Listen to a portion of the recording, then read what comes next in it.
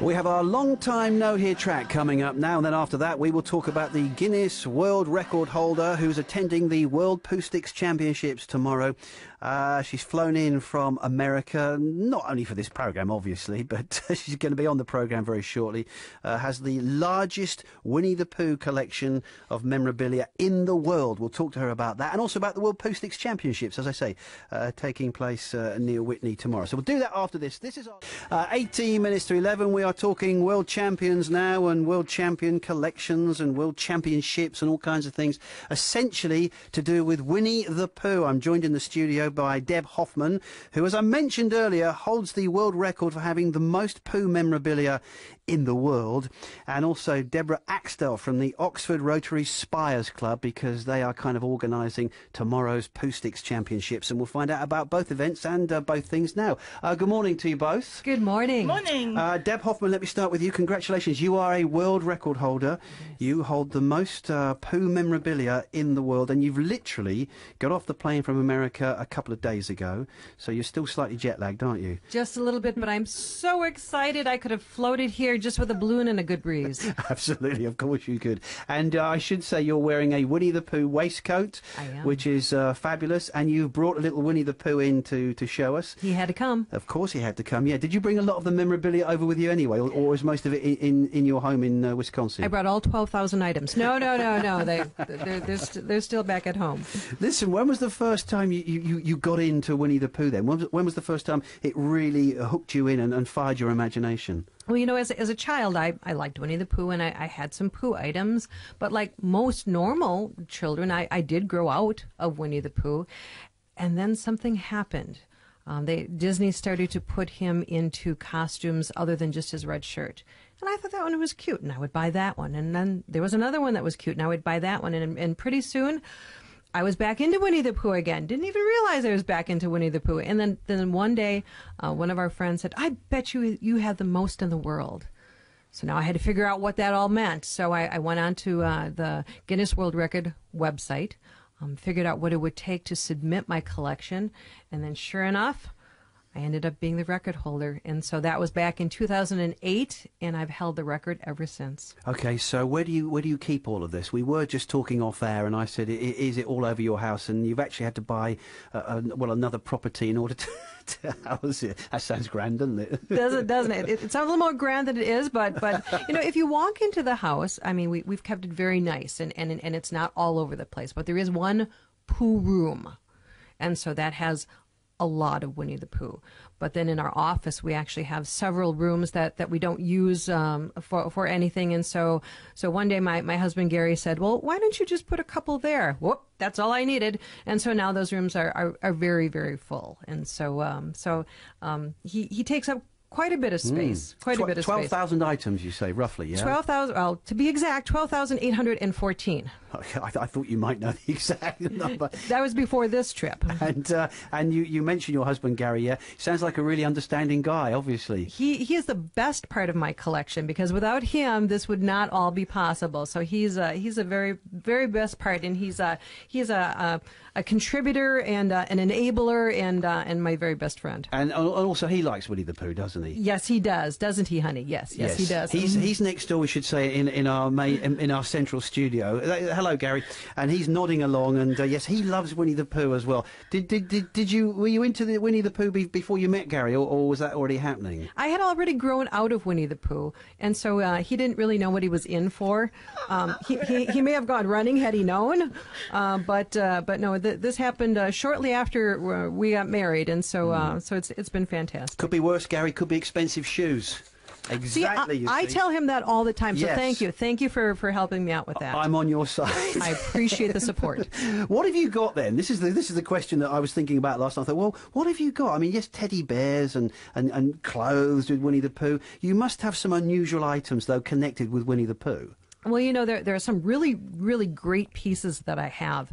One of the oldest pieces that I have, and I think it's really kind of rare, is a pre-Disney piglet. And he, quite honestly, he's hideous. He's very ugly.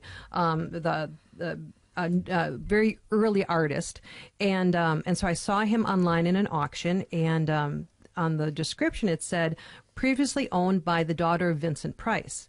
And so Vincent Price is a movie actor in the United States. And so I thought, well, geez, this would be fantastic to not only have a vintage piglet, but owned by the daughter of Vincent Price. And then I got to thinking, well, how does she know that this was owned by the daughter of Vincent Price? And so I emailed her, and she emailed me back and said, well, because I am the daughter of Vincent Price. So that's a fabulous piece. I love that. And then I've gotten to be very, very good friends with the people in Canada, because the Winnie the Pooh story actually started with a bear cub that was purchased in Canada. From Winnipeg? Actually, no, in White River. Ah. So Winnie was named after the lieutenant's hometown of Winnipeg. Yeah. But he actually purchased the bear cub in White River. And so every year we go on out to White River for their Winnie the Pooh's Hometown Festival. We've gotten to be very, very good friends with a lot of people in town. And one of my girlfriends actually purchased from a garage sale a print of the original Winnie the Pooh bear. And it just so happens he's sitting on a Harley Davidson. And Harley Davidson is made in my hometown of Milwaukee. And so it's an original print with the lieutenant. And so to me, I love that piece. It's absolutely fabulous. So she had that framed, and she gave that brilliant. to me. Is that your most prized possession, do you think? It's one of the most prized. Absolutely. So I love that. Then, of course, my first Winnie the Pooh. Yeah.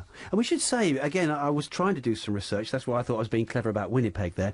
The original image of Winnie the Pooh, as in the drawings, in the A.A. Milne books, the original books, slightly different to the image we have now in our minds from the Disney films. Oh, absolutely. Very, very and all different. the other animals as well. Exactly. They've definitely morphed and changed over the years. And it's interesting to see what he looks like through the years, and you can almost tell what year he was designed or what year he was created by the way that he looks. And so the original Winnie the Pooh bear was actually a female black bear.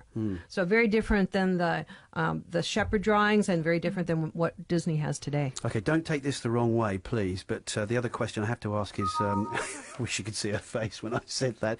Do you think now enough's enough, Deb? Do you think maybe now is the time to halt the collecting? You've got the world record. You've already got another property. You don't need any more, do you? Silly man. I knew it was a dumb question. The minute it left my lips, it's going to carry on, isn't it? Until I don't have a pulse anymore. Gary, it's going to carry on. Okay, it's going to carry on until I'm in the big honey pot in the sky. Deb Axtell from Oxford Rotary Spires Club. Thank you again for coming. You've been sitting there very quiet, very patient, listening to Deb Hoffman. Obviously, fantastic to have Deb here for the. Is this your first time to Poohsticks, by the way? Absolutely, yes. Oh, it is. That's what I meant to ask you as well. So really excited about that. And Deborah, where's it all happening? Well, for anybody who doesn't know, what is it? It's dropping the sticks in the river, isn't it? Yes, it is. But it's the World Poohsticks Championships, and I think is our 33rd year. Right. We had to move from Little Whittenham due to logistics, and we will be in Whitney and on Langle Common tomorrow. Oh my gosh, it's tomorrow. Tomorrow. It is. At from 2 p.m. Come early to register. Hopefully the games will start around 2 p.m. as well.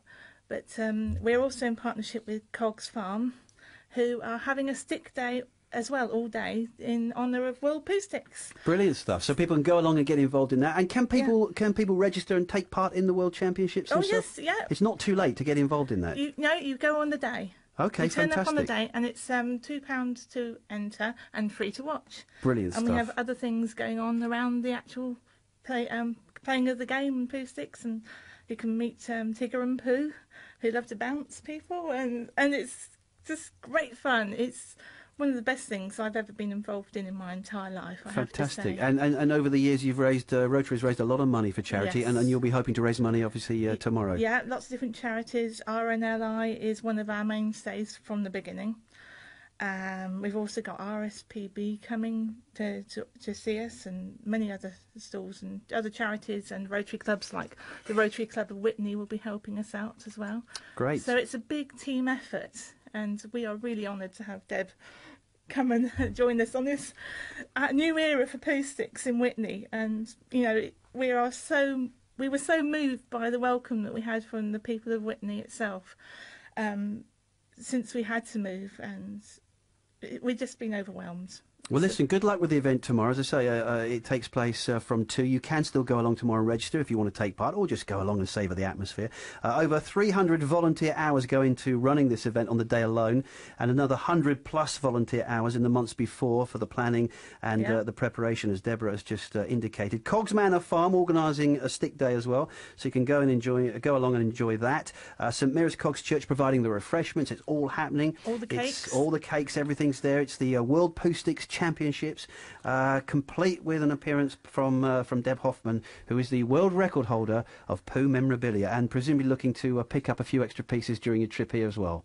I think we have an extra suitcase that just might have a few items go home. Well, you might You find may a have few to things. pay. You may have to pay Gary, the airline, for some extra baggage when you go back. Okay, so bear that in mind. Deborah and Deborah, thank you for joining us. Really good to talk to you. Have a great trip, Deborah, and have a great day tomorrow, both of you. And good luck with the World Championships. Thank Thank you you so much. Really good to meet you. Thank you. you.